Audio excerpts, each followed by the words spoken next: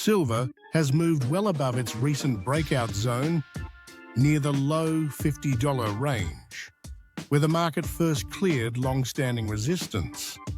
From a short-term arithmetic view, prices may appear extended, but from a broader perspective, this move is still in its early stages. 6 months from now, today's prices may look insignificant. At this point, it is still reasonable to say that silver remains undervalued, especially when measured against gold. The silver-to-gold ratio remains deeply distorted by historical standards. Even after the recent advance, silver is still priced far below levels seen in prior cycles. Technical spreads suggest that silver is entering a phase where it historically begins to outperform gold in a meaningful way. If gold were to rise to levels seen in previous macro cycles, even conservative assumptions imply substantial upside for silver. This cycle is different from prior market environments because the underlying stress is no longer centered on housing or private credit. The pressure now sits squarely on sovereign debt. Government bond markets in the United States, Japan, and the United Kingdom are under strain, and these bonds form the foundation of the global financial system. When confidence in sovereign debt weakens, it affects every asset class. Recent comments from Federal Reserve officials suggest increased intervention in bond markets under the justification of liquidity support. While framed as routine market management, the continued purchasing of bonds without price recovery tells a different story. Long-term Treasury yields remain elevated, and bond prices have traded sideways despite sustained buying. This signals persistent stress rather than stability. The Japanese bond market is showing similar warning signs.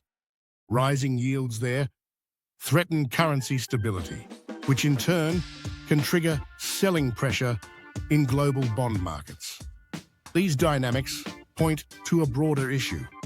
Governments are struggling to control the cost of their own debt. When bond markets lose momentum despite intervention, it becomes a serious concern.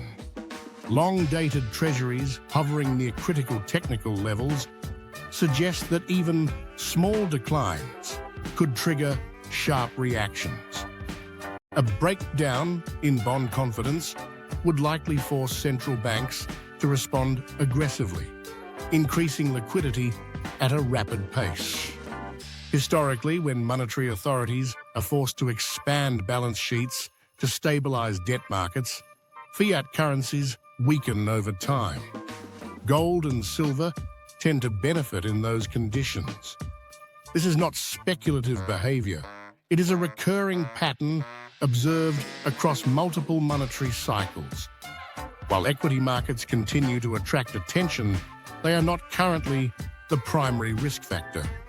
Certain sectors, such as commercial real estate, have already shown signs of stagnation despite broader market resilience. These areas often weaken quietly before broader stress becomes visible. At present, equity indices appear stable, and it would not be surprising to see modest additional gains in the near term. Market tops often take time to form. New highs can occur even as underlying momentum fades. This does not invalidate the strength seen in precious metals. Historically, gold and silver do not require equity markets to decline in order to advance.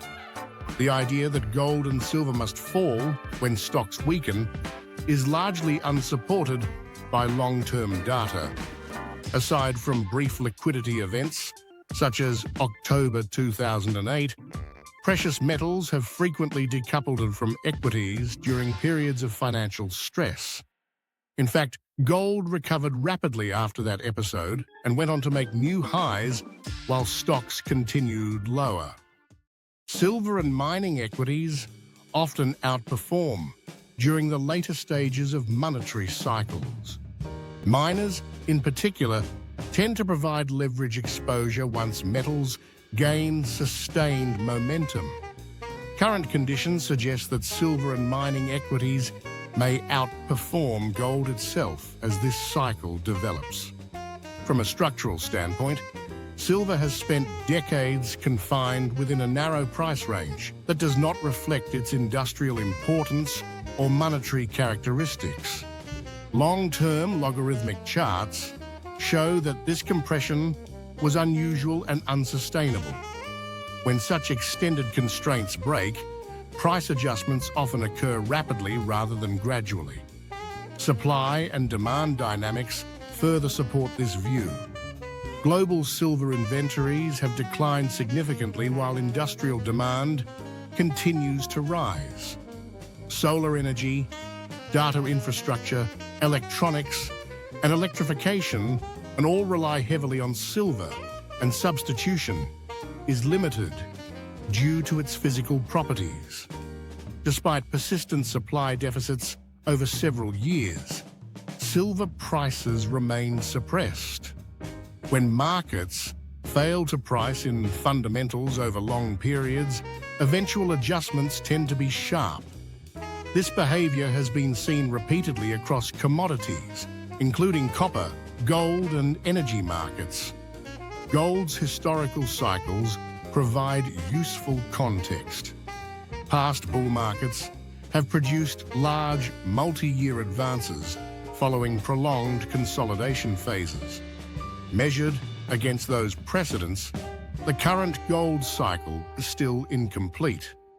If gold continues along a similar trajectory, silver's relative undervaluation becomes even more apparent. Looking ahead, the next several months are likely to be critical in determining the longer-term direction of metals, bonds, and equities. Technical structures suggest that silver has entered an acceleration phase.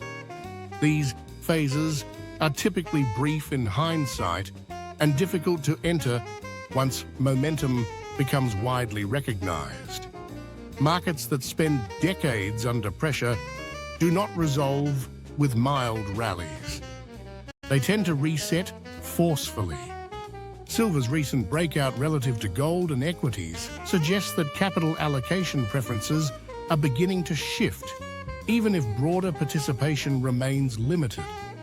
Only a small fraction of global financial assets are currently allocated to precious metals. Even modest reallocations can have outsized effects due to the relatively small size of the silver market. This imbalance is one reason silver tends to move rapidly once demand accelerates. Concerns around sovereign debt, currency stability, and bond market intervention continue to build. These pressures form the backdrop for the current metals cycle. Unlike previous crises, this environment is centered on government balance sheets rather than private leverage. In such conditions, waiting for ideal entry points often proves costly. Structural transitions do not offer extended periods of convenience. Investors anchored to past price levels frequently miss the bulk of major moves. As currencies face gradual erosion and monetary policy becomes increasingly reactive, tangible assets with monetary and industrial utility gain relevance. Silver sits at the intersection of both. Its role in this cycle is supported by technical structure, historical precedent, and macroeconomic reality. Staying informed and focused on verified data rather than short-term noise is essential in periods like this. Market shifts of this magnitude tend to unfold over years, but the most critical positioning opportunities often appear early before consensus forms.